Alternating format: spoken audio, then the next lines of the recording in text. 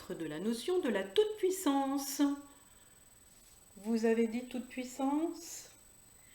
Eh oui, j'ai dit toute-puissance. Alors qu'est-ce que c'est que ce truc? Ouh, alors là, c'est quelque chose de très compliqué et qui nous colle à la peau.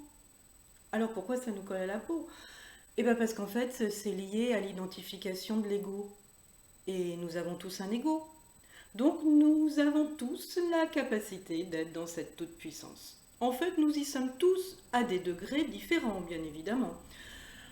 Pour en fait sortir de la toute-puissance, il faut d'abord avoir conscience qu'on est dedans, et puis patiemment désosser la toute-puissance, petit bout par petit bout. C'est pour ça que ça nous mène très loin. C'est peut-être même en fait le travail de toute une vie.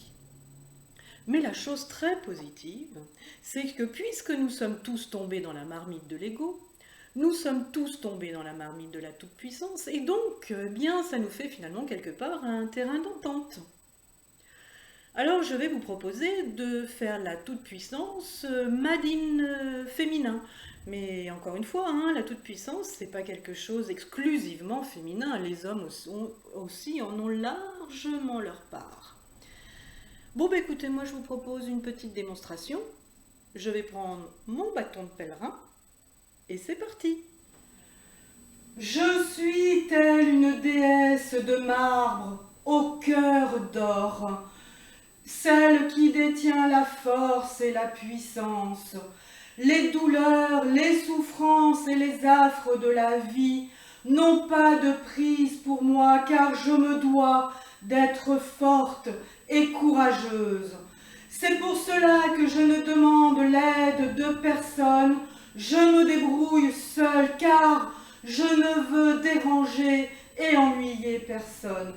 En revanche, je suis toujours là pour tout le monde peut compter sur moi, et je donne de très nombreux conseils qui sont les meilleurs qui puissent être, car j'ai une immense expérience de la vie qui me permet de savoir de grandes choses et de connaître la vérité.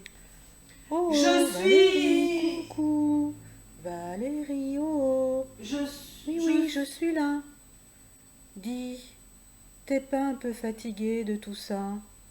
D'être la femme forte sur qui tout repose? D'être toujours là pour tout le monde? D'avoir une opinion sur tout? D'être toujours de bons conseils? Dis, si tu redescendais un peu sur terre, tu ne crois pas que ça te ferait un peu du bien? D'avoir le droit d'être fatigué, d'avoir le droit de te tromper, le droit de ne pas savoir ou de ne pas pouvoir. Dis, si tu te donnais le droit d'être une femme, simplement une femme, qu'en penses-tu?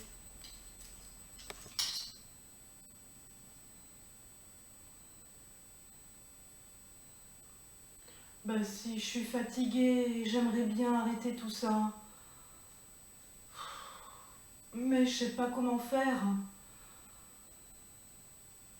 Et puis cette toute-puissance, elle m'a tenue debout jusque-là. Je suis quoi, moi, sans elle? Waouh, bah merci Valérie pour ta démonstration. Oui, alors effectivement, le comportement de la toute-puissance, ça n'a pas l'air très heureux, terrible, terrible, hein. Et puis il faut savoir que l'exemple proposé là, c'est pas le seul, il existe d'autres comportements dans la toute-puissance. Bon, bah ça, on le verra une prochaine fois. Bon, en tous les cas, il y a quand même déjà une solution. Sortir de la toute-puissance, c'est sortir de l'identification à son ego. Waouh! Quel voyage fantastique! Alors, en voiture et jouons à être heureux. À bientôt!